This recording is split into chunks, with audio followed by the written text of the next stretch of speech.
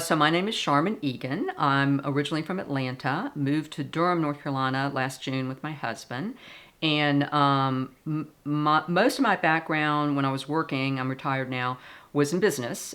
But I do have a fine arts degree, Bachelor of Fine Arts in crafts. So Azule is really interesting to me because of all the wonderful crafts here.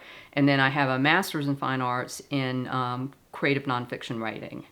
So, Can you tell us about when in your life you began your creative pursuit and how you found your way to that point? okay. Well, as far as the visual arts, crafts, and that sort of thing, I always wanted to be an artist. From the time I was a small child, I always had art lessons and that sort of thing. Went to the University of Georgia, got a degree, and then found out what it was like to be a starving artist.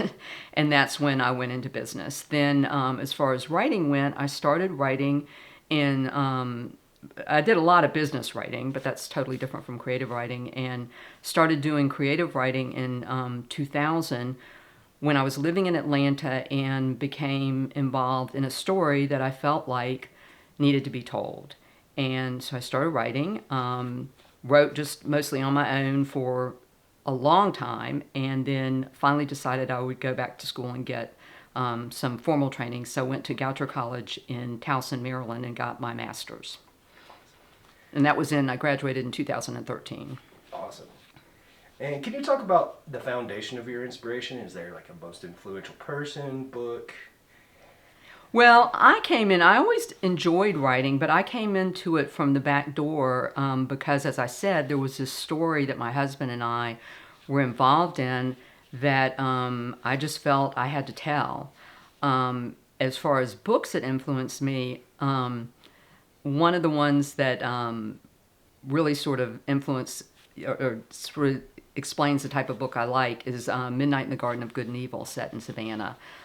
It's creative nonfiction, although a lot of people say the author played with facts a little bit. But one of the things I like about it is it was really quirky. I like quirky stories. So, and my manuscript that I'm writing has some quirky elements to it, although it has some very dark elements as well. So can you tell us about what you've been working on while you've been here at Azule? Sure.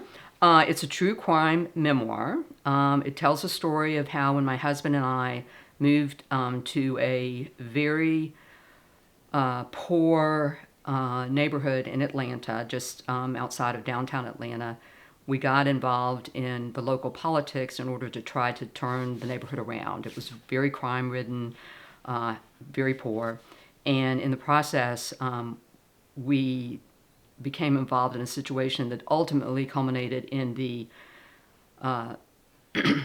sheriff-elect of the county we were in. This was near downtown Atlanta.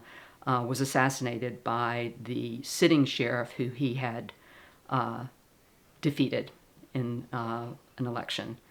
And so that's basically the story. Great. So how has being here at Azule helped you accomplish your research? Okay, so I worked on the story a lot as it was happening in the early 2000s. Then found that I didn't have the type of writing community I needed in Mobile and didn't feel like I had the kind of support. So I was struggling with it and didn't make much progress until I decided to go back to school to Goucher. That was just a wonderful experience, and graduated in 2013, went back to Mobile and was back in the same situation. I did find a good writing group right before, about a year before the pandemic, and things were moving along again. And then that fell apart in the pandemic, and I put the project aside again. So after moving to Durham, I decided I felt like in Durham there would be more of a writing community. It's a more creative community and so on, and wanted to pick up the project again, but it had been 10 years since I worked on it, and it was just overwhelming. I had 1,000,000 files on my computer I hadn't looked at in 10 years, and I felt like if I could just get away from all the distractions just for like a week, that I might could pull it off and just get really immersed in it. Because once I get started writing, I'm really very dedicated, but getting started was just overwhelming. So I started looking for residencies, and I found Azule. wanted a residency that wasn't too far from home, wouldn't cost me a fortune. But most writers' residencies only accept, they're either very expensive or they only accept published, very well-established writers. And I didn't really couldn't afford to spend the money, or didn't want to spend the money for a very expensive residency in a luxurious place, and really didn't qualify as a established writer. So Azule was perfect. And this is the last thing. What's the best piece of advice you've gotten or you would like to share with other artists? Whew, that's a tough one. I think, my husband is has run a number of marathons. He was never athletic at all, but he started a number of years ago running marathons, and he's training right now for just a 10K. He doesn't, not a 10K, a 10 mile. He doesn't run as much as he used to, but as he gets older. But when we're talking about coming here, one of the things we talked about is that it's a lot like a marathon. It's, for a marathon, it's you just have to focus on one step after another. Just take the next step.